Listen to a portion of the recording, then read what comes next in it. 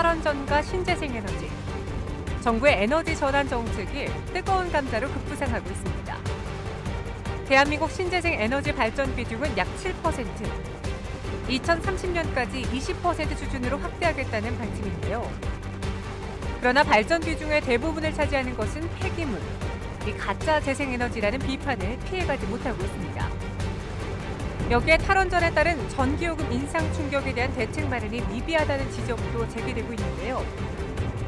실효성에 제동이 걸린 에너지 전환 정책. 섣부른 판단은 아닌지 논란이 거세지고 있습니다. 오늘 서정희의 경제펀치에서는 한밭대학교 경제학과 조영탁 교수를 만나 정부의 에너지 전환 정책의 핵심 사안과 현명한 대책 마련에 대해 속 시원한 한방 날려봅니다.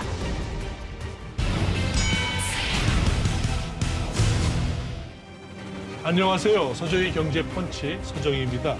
한국 경제의 오늘과 내일을 고민하고 통쾌한 한방으로 문제점까지 짚어보는 경제펀치. 오늘 함께해 주실 분 소개해드리겠습니다.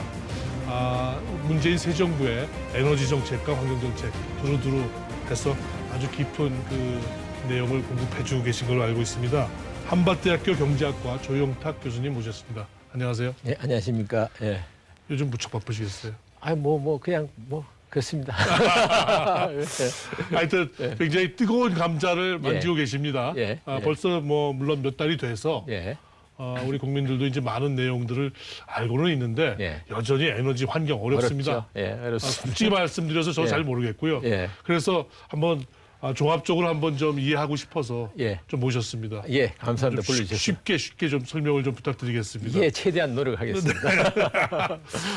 우리 지금 문재인 정부의 그 에너지 정책이 왜 지금 새 정부 들어서 이 국민들에게 이렇게 놀라움의 대상이 된 거죠? 어떤 내용이 이렇게 우리에게 지금 좀 부담스럽고 놀라움을 던져주나요? 이전에는 주로 우리나라가 이제 공급 안정성, 그리고 그 공급 안정성을 위해서 이제 저렴한 원전, 석탄 발전 중심으로 이제 쭉 끌어왔는데 이게 최근에 지진 문제도 있고 미세먼지 문제도 있고 또 온실가스 감축 문제도 있고 이렇게 되다 보니까 이제 이런 국민들의 어떤 새로운 요구를 어떤 전력이나 에너지에 반영을 해야 되겠다 하는 그런 차원에서 이제 시작을 해가지고 좀 생소한 길이죠. 우리가 그동안 한 고도 성장기에 원전 석탄 중심으로 또 저렴한 전력 요금 중심으로 왔던 그 우리 한국 경제는 가보지 않은 새로운 길을 간다. 그렇기 때문에 좀 새롭게 느껴지고 또 그 불확실성도 있는 거고요. 신재생 에너지 3020 정책, 요걸 중심으로 한번 얘기를 한번 풀어나가는 것도 방법인 것 같아요. 그거 한번 소개 일단 해주시죠. 3020이라는 것은 이제 숫자 자체를 이제 먼저 설명드리면 2030년까지 우리나라 전력 발전량의 20%를 신재생 에너지로 공급하겠다 하는 것이 지금 7%입니다. 근데 7%인데 조금 허수가 있습니다. 지금 7%인데 그중에 거의 60%가 원래 재생 가능에지에 해당되지 않는 폐기물이 60%, 그러니까 폐기물을 연소해서 발전하는 거라니 이런 게 60%가 들어있고 실제로 진짜 재생 가능 에너지라고 얘기할 수 있는 것은 그중에 40%가 채 안 되는 한 2% 정도. 현재 수준은 2%인데 2.4% 정도 됩니다. 그럼 2030년까지 20%로 지금보다 10배로. 20%인데 그 20%에서 두 가지죠. 그러니까 지금 7%를 20% 올리겠다는 거 있고요.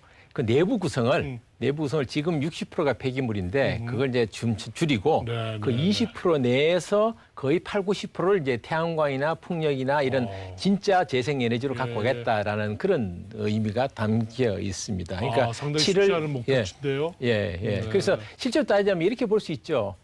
지금 한 2.45% 되는 걸 20%에 한 90%는 한 16, 7% 정도까지 올리겠다는 거고 그런 걸로 이해하시면 될 것 같습니다. 좀 너무 무리한 목표를 치라고 보지는 않으십니까? 저는 그렇게 생각합니다. 일단은 수치 자체에 저희들이 너무 연연할 필요는 없다. 뭐냐면 이건 기본 방향이 중요한 거고 어차피 미래의 일이라는 것은 우리가 2030년은 굉장히 남았지 않습니까? 그러니까 그것을 위해서 우리가 최대한 노력한다는 그런 일종의 뭐랄까요. 상징적인 의미를 일단 생각을 하는 것이 바람직하지 않을까 이렇게 생각을 합니다. 아무튼 이게 이제 우리 문재인 정부의 핵심 에너지 공약이고요.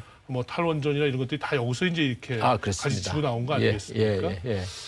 이런 기본적인 이런 생각이 밑바탕에는 아무튼 지금 기존의 원전 정책이 뭔가 방향이 잘못됐다. 전력 풀어야 되겠다.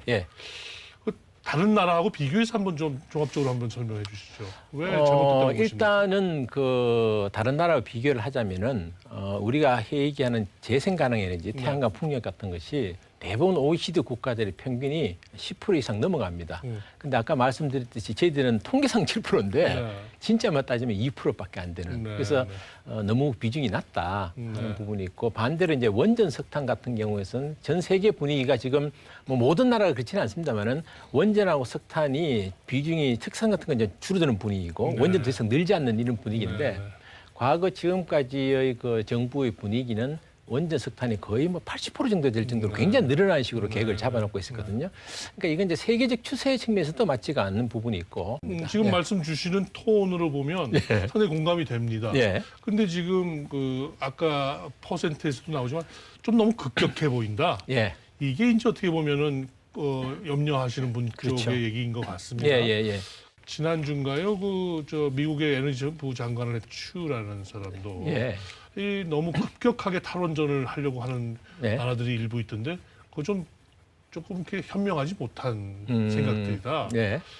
실제로는 현실이 그런 건 아니다. 그렇게 이상론적으로 세상이 돌아가지는 않는다. 예, 예, 예. 나는 또 그 얘기를 쭉 들어보니까 상당히 고개가 뚫어져집니다. 일리가 있습니다. 어떻게 예. 생각하십니까? 저도 기본적으로 탈원전 문재인 정부가 선언한 것 자체는 아주 원론적인 측면에서는 뭐 그 원전을 줄여 나가야 된다는 측면에서 동의를 하는데 저는 이걸 두 단계로 좀 나눠서 생각하고 네. 싶습니다. 뭐 아까 처음에 말씀드렸듯이 우리나라는 지금 현재 계획대로라면 과거 계획대로라면은 원전 석탄 비중이 너무 높습니다. 네. 그걸 이제 좀 정상화시킨다는 측면에서 저는 그걸 이제 그 믹스의 정상화라고 얘기하는데 네. 계란을 이제 고루고루 담자 갖고 하는 그 바구니에 이제 그렇게 해서 이제 생각 안 되면 아까 말씀드렸듯이 신재생 에너지라든지 또는 천연가스라든지 발전 이것이 이제 비중이 너무 낮습니다. 네. 그래서 그걸 이제 좀 정상적인 방식으로 올리는 그걸 1단계로 지금 잡고 그리고 그 다음에 이제 우리 여러 가지 여건을 감안해서 뭐 재생 가능지 여건이라든지 뭐 보급 여건 이런 걸 반해서 점차적으로 이제 원전을 석탄을 더 줄여 나가는 그런 두 단계의 방식으로 이해를 하는 것이 맞다고 생각이 들고 아까 추 장관님이 얘기하셨듯이 그건 이제 너무 급진적으로 이제 탈원전 이런 것 갖다 급속하게 함으로 인해서 생기는 그런 수급 불안정 문제라든지 이런 걸 아마 걱정을 하시는 차원에서 말씀하신 것 같고 뭐 그 부분에서 뭐 언론 측면에서 뭐 충분히 저희들도 그런 거 뭐 조심해서 우리들이 그 전환을 해 나가야 된다고 생각합니다. 네, 네, 네. 예. 그 지금 그 에너지 정책의 환경이라든지 예. 뭐 이런 요건들을 반영한 부분에서 이제 이해가 되는데 저희 같은 이제 소비자 입장에서 보면 그 부분만 중요한 게 아니라 가격, 맞습니다. 부담 부분이 참 중요한데 예. 마침 지금은 뭐 유가가 그다지 높지는 않아서 네. 탈원전에 대한 부담이 비교적 적어서 네. 그렇습니다만은 만약 유가가 다시 이제 새 경기도 좋아지고 해서 막 많이 올라가게 되면 네. 야, 이거 섣불리 탈원전했다가 우리 에너지 가격 부담만 너무 높아지고 해서 예. 굉장히 오히려 잘못된 선택을 하게 되는 결과로 오지 않을까요? 예. 이제 방향은 그렇게 정해놓고 네. 가는 속도는 속도를 조절하자. 그때 봐서 왜냐하면 이게 이게 전력 수급 계획이라는 것도 그렇고 에너지 계획이라는 것이 이제 몇 년마다 한 번씩 이제 네. 롤링을 하거든요. 바꿔서 하기 때문에 속도 조절은 뭐 그렇게 적절해서 나가면 된다라고 네. 생각이 됩니다. 예. 네. 그리고 이제 관건은 그 전기요금에 대한 부담인데. 네. 아무리 이제 에너지 전환이 좋고 깨끗하고 안전한 에너지가 좋다 하더라도 그 국민 경제에 미치는 영향을 또 생각 안 할 수가 없거든요. 네, 네. 그러니까 그런 것을 감안해서 네. 속도 조절을 좀 해가면서 네. 근데 하여튼 방향은 그 방향 우리가 나가는 것은 맞다 네, 네, 이렇게 네. 생각을 합니다. 네. 네, 방향 다음에 이제 어떻게 보면 그 다음에 이제 실행을 해야 될 텐데 실행은 예. 당장 뭐 저 장애물들이 또 제법 뭐 맞습니다. 신재생 에너지라고 해서 장애물이 없는 건 아니지 않겠습니까? 맞습니다. 예, 예. 뭐 해당 지역에서의 반발도 있을 수 있는 맞습니다. 거고요. 예, 예. 현실적으로 어떤 실현 가능성 부분 예. 이거 뭐 이렇게 청사진만 만들다가 또 몇 년 지나가면 이 정부도 예. 기가 많이 지나가는 예. 그렇지 않기 위해서는 착실하게 진행이 돼야 될 텐데 예, 예. 현실 가능성이 어떻게? 지금 이제 뭐 제 얘기뿐만 아니라 주위에 이제 전문가들의 얘기가 대략 한 4가지 정도를 얘기를 하려는 것 같습니다. 네. 첫 번째로는 이제 입지 문제입니다. 네, 네, 우리가 이제 뭐 주택이나 건물에 이제 태양광을 달고 하는 것도 이제 계속 보급해 나가야 되겠지만은 아까 말씀드렸듯이 굉장히 우리가 지금 목표는 빠르게 세워놨거든요. 그러면 그걸 달성하려면 그래도 덩치가 큰 친구들이 좀 네. 대량으로 들어와 줘야지만 그 목표 달성의 가능성이 있는데 그러려면 입지가 제일 문제입니다.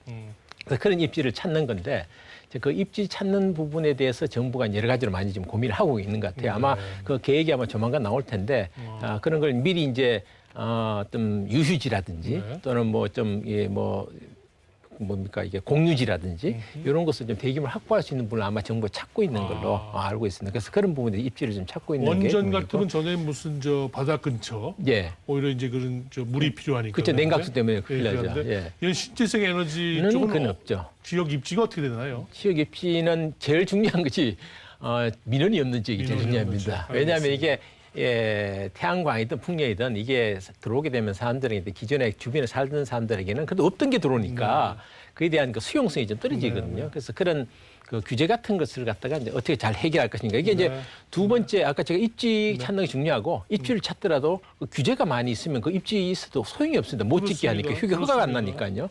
태양광 같은 경우에는 주민들이 사는 데서 예컨대 지금 지하철마다 다르긴 합니다. 100m 이내, 200m 이내에 못 든다 이런 식의 규제가 있습니다. 민원 때문에 이제 그런 것 갖다 주민들과 소통을 해서 주민들이 이렇게 설득을 시키든지 안 그러면은 방법은 그 인근에 사는 주민들도 그 발전소가 들어오면서 일부 이익을 공유할 수 있는 그런 인센티브를 준다든지 그렇게 해서 좀 수용성을 높여나가는 방식으로 하는 거 있고 세 번째로 이제 해결해야 될 문제가 전력망입니다.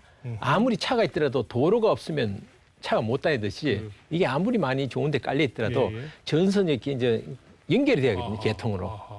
송전망이나 이런 거 연결돼야 되는데 그 부분을 어떻게 하든 적기에 미리 건설을 잘 해 나갈 것인가 그것도 상당히 이제 관건이고요. 예. 제일 마지막에 문제는 역시 뭐 말씀하셨듯이 비용 문제겠죠. 여전히 재생 가능 에너지가 지금 현재 단가로 따지면은 원전 석탄보다 비쌉니다. 근데 이게 이제 우리가 전문적 국제기관도 그렇고 우리 국내에 있는 산업계도 그렇게 얘기를 하는데 이게 지금 최근에 기술 변화를 해서 급격하게 이제 단가가 떨어질 것이다라고 이제 예상을 하고 있고 근데 그 이제 모르죠. 얼마나 떨어질지는 모르는데 지금까지 추세를 보면은 계속 떨어지는 것은 맞다. 그래서 빨리 이제 그 부분에 대한 그 비용을 갖다가 가능한 빨리 떨어뜨려 가지고 재생에너지 비중이 높아지더라도 국민 여러분들께 요금 부담을 적게 주는 방식으로 이제 노력해야 되는 거. 그거 이제 굉장히 관건인 것 같습니다. 네. 당장 또 궁금해지는 거는 그 우리가 지난번에 이제 공론화 여론조사해서 여론조사해서 신고리 오리코기 이제 부분에 이제 의사 결정을 내려진 상태 아니겠습니까? 근데 포항 쪽에 다시 이제 어떻게 보면 이제 지신 여파가 이제 오면서 야, 이거 잘 결정한 거야 이런 뭐 생각도 있고요. 또 오히려 탈원전을 주장했던 분들 사이에서 이거 다시 한번 생각해봐야 되는 거 아니야? 근데 그런 게 필요하겠습니까? 일단 결정된 건 지키는 게 맞겠습니까? 저는 뭐 결정된 것은 일단은 공론화를 거쳐서 결정을 한 거기 때문에 그 뭐 지진이 났다 하더라도 일단 준수를 하는 게 맞고요. 오히려 더 중요한 것은 그럴수록 지금 짓고 있는 원전, 신고리뿐만 아니라 기존의 원전의 안전성을 더 높이는 시설 보강이나 내진 설계를 강화해가지고 그걸 더 안전을 더 기하는 방식으로 대책을 세우는 것이 맞다. 지금 와서 다시 그걸 재론을 해서 할 거냐 말 거냐 이런 얘기하기에는 조금 적절치 않다 이렇게 생각을 합니다. 이런 신재생 에너지를 활용한 이제 그 발전을 대체하는 과정에서 어느 정도의 그 투자나 이런 게 이건 나름 뭐 그 새로운 이제 신재생 에너지 발전소 같은 것도 짓고 해야 될 텐데 거기에 이제 투자되는 금액을 따지면 그 규모가 어느 정도 됩니까, 그러면 그 이제 정확하게 이제 수치가 이제 나와 봐야 되는 건데요. 아직 그 부분에 대한 수치는 좀 정부 발표 좀 아직 안 하고 있는 상태이기 때문에 제가 섣불리 지금 말씀드리기는 좀 그럴 것 같고요. 근데 아까 3020이면 지금 현재 7%가 20%는 어마어마한 변화를 이제 그게 단적으로 이제 그렇게 말씀드리는 게 가장 편할 것 같습니다. 그러니까 투자액이 얼마냐라기보다는 더 국민들의 관심은 얼마 더 오르지 이런 거 아니겠습니까? 요금이 얼마 더 오르냐 하는 건데. 그것이 이제 아까 말씀드렸지 지금 재생 가능에너지가 지금 다른 원전 석탄도 비싸다고 말씀드렸지 않습니까? 이게 이제 얼마나 가격이 빨리 떨어지는 것이냐에 따라서 요금이 얼마나 더 올라가느냐 적게 올라가냐 하는 것이 이제 결정이 되는 거고요. 그래서 그런 걸 조금 뭐 시산해 보면 이제 가격이 크게 안 떨어질 거라고 생각하는 사람들 생각하시는 분들은 지금보다 한 30% 2030년까지 한 30% 20년 30% 정도 요금이 올라갈 수도 모르겠다 이렇게 얘기하시는 분도 있고. 그 이제 재생 가능에너지가 비용이 급격하게 많이 떨어질 거다라고 이제 보는 분들은 한 10%대 어떻게 보면 공인된 어떤 발전 단가를 좀 재검증해 보자. 예. 뭐 이런 얘기들도 좀 많이 나오던데 어떻게 해야 되는 지금 겁니까? 아마 정부에서도 그 부분을 고민하고 있을 겁니다. 네. 과연 지금 우리가 내고 있는 이 요금, 원전 석탄 요금이 과연 적절한 요금이냐, 네. 안 그러면 이제 보이지 않는 그런 저평가된 비용이냐 네, 네. 한 것에 대해서는 이제 평가를 좀 하고 있는 상으로 알고 있고요.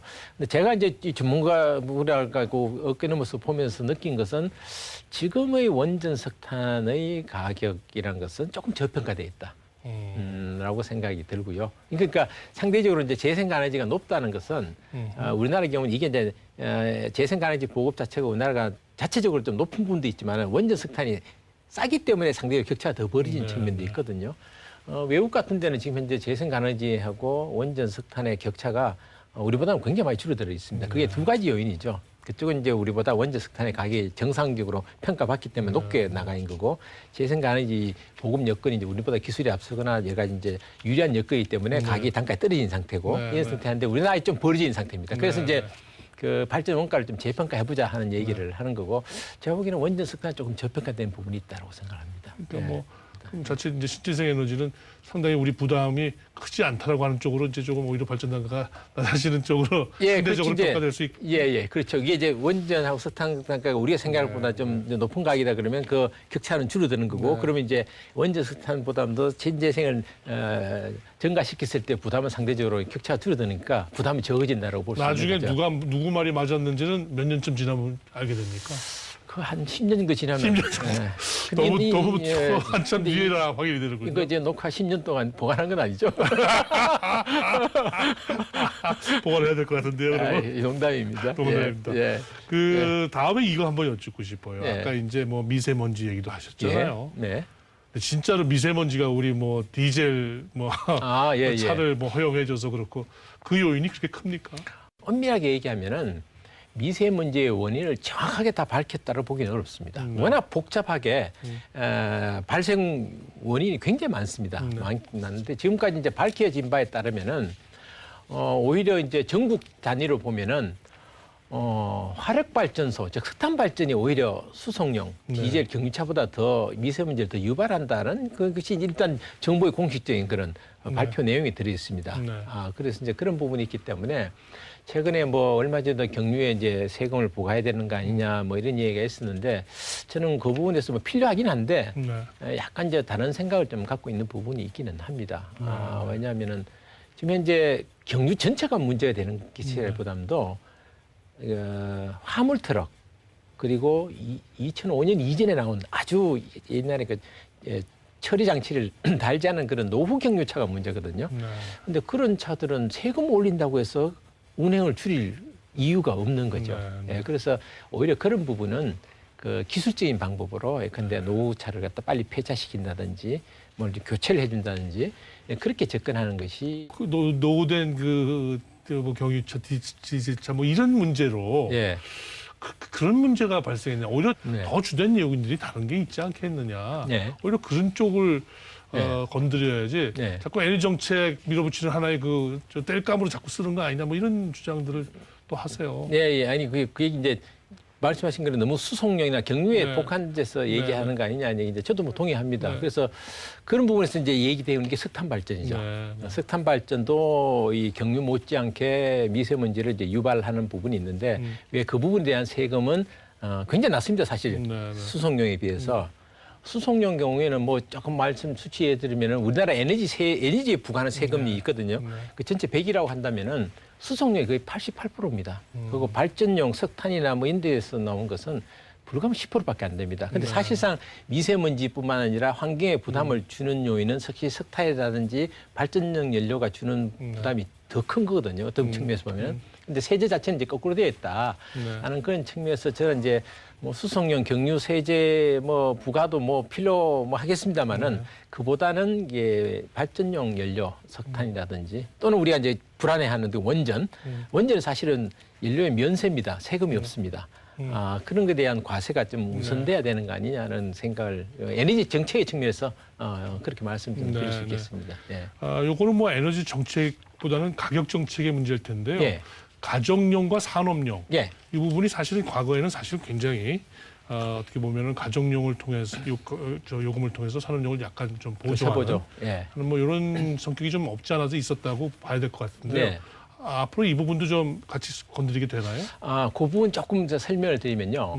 2012년 네. 정도까지만 하더라도 가정용이 이제 산업용을 말씀하신 이제 보조해주는 그런 측면이 있었습니다. 그런데 그 2012년 이후로 10년, 11년 이후로 산업용 요금 많이 올렸습니다. 많이 현실화됐죠. 네, 예. 올려가지고 지금은 아마 제가 뭐 한전이 자료를 공개를 하지 않아서 모르겠습니다만은 거꾸로 돼 있을 겁니다. 그렇습니까? 산업용은 아마 원가보다 조금 더 높거나 거의 네. 가 있고 오히려 가정용이 아마 원가가 안 될 겁니다 지금. 예. 종합해서 하나 여쭙고 싶은 게 예. 지금 이제 문재인 정부 출범 이후 지금 6개월이 예. 반년이 이미 이제 넘어가고 있습니다. 예. 반년이 넘어갔는데 에너지 정책과 관련한 이제 논란이 국민적 공감대 속에서 여러 가지 이제 네. 논란이 되지 않았습니까? 예. 앞으로도 꽤 지속될 수밖에 없는 맞습니다. 탑픽인 것 같고 예, 맞습니다. 이슈 예. 같습니다. 예. 이것이 어떤 방향으로 어떤 식의 논란이 되길 기대하십니까? 그 인식의 문제인데요. 네. 사실 아시다시피 우리나라 전기요금은 OECD 국가에서 싼 편에 속합니다. 네. 싼 편에 속하는데 이제 그 싸게 된 이유가 우리가 지금 원전 석탄을 갖다가 저평가된 원전 석탄을 많이 사용했기 때문에 그렇게 된 건데 이제 국민 여러분들이 이제 저보다 좀 안전하고 깨끗한 에너지를 쓰겠다. 그런 전력을 쓰겠다고 생각을 하신다면은 요금 부담에 대한 어떤 공감대 이런 것을 좀 인식을 하셔야 된다. 정부 입장에서는 어차피 그렇게 되면은 에너지 전환이 일어나고 원전 석탄을 주게 되면 요금이 얼마나 올라갈지 아까 10% 올라갈지 20% 올라갈지 근데 오르는 것 이제 기정사실화 한다면은 이제는 그에 대한 대책을 세워야 된다고 생각합니다. 왜냐하면은 산업계도 그 경쟁력 문제를 생각 안 할 수가 없는 거고 또 아무리 뭐 요금이 싸다 하더라도 여전히 없는 사람들에게 요금은 부담입니다. 네. 그래서 이제 없는 분들의 에너지 빈곤층이라고 얘기하는 네. 서민들에 대해서 특히 예를 들면 에너지 복지 정책을 갖다 좀 강화한다든지 그런 이제 전기요금이 현실화되는 부분에 대해서 정부가 어떻게 이걸 완충을 시킬 것인가 하는 그런 기업의 측면이 기업의 경쟁력 빈곤층에 대한 그 복지 이런 걸 해야 될 것 같고요. 만약에 다음 정부가 예. 누가 들어서든 이 정책을 확 바꿔버리면 또 혼란만 될까요? 어떻게 될까요? 그럴 가능성이 있죠. 그래서 그 부분은 그래서 좀 뭐 한마디 좀 덧붙인다면 그런 측면에서 저는 아주 중요한 지적을 해주셨는데요. 이 에너지 정책이나 이것이 사실 교육과 비슷하게 100년 되게 하지 않습니까? 그죠? 그러면 이 부분은 정권의 변화에 상대적으로 영향을 좀 적게 받는 게 저는 좋다고 생각합니다. 그래서 이런 걸 좀 더 독립적인 위원회나 조금 이런 식의 어떤 장기적인 긴 호흡을 갖고 이 문제를 접근하는 사람들이 계속 주도를 해가면서 크게 이제 정권이 바뀌더라도 그 방향이 그냥 90도 꺾여버리면 안 되거든요. 약간 속도 차이는 있을 수 있지만은. 방향을 다시 턴하지 못하게 대못을 박아놓는 방법이 있을까요? 뭐 방법이 있나요? 하여튼 뭐 그런 식으로 좀 정책의 거버넌스를 좀 바꿔놓는 것도 그게 오히려 굉장히 얘기하신 것이 뭐 지금 몇 프로 하느냐보다 사실은 그게 더 중요할지 모른다고 생각합니다. 예. 알겠습니다. 지금까지 우리 조영탁 네. 교수님 모시고 네. 문재인 정부의 에너지 정책 이모저모 한번 짚어봤습니다. 예. 감사합니다. 예, 감사합니다.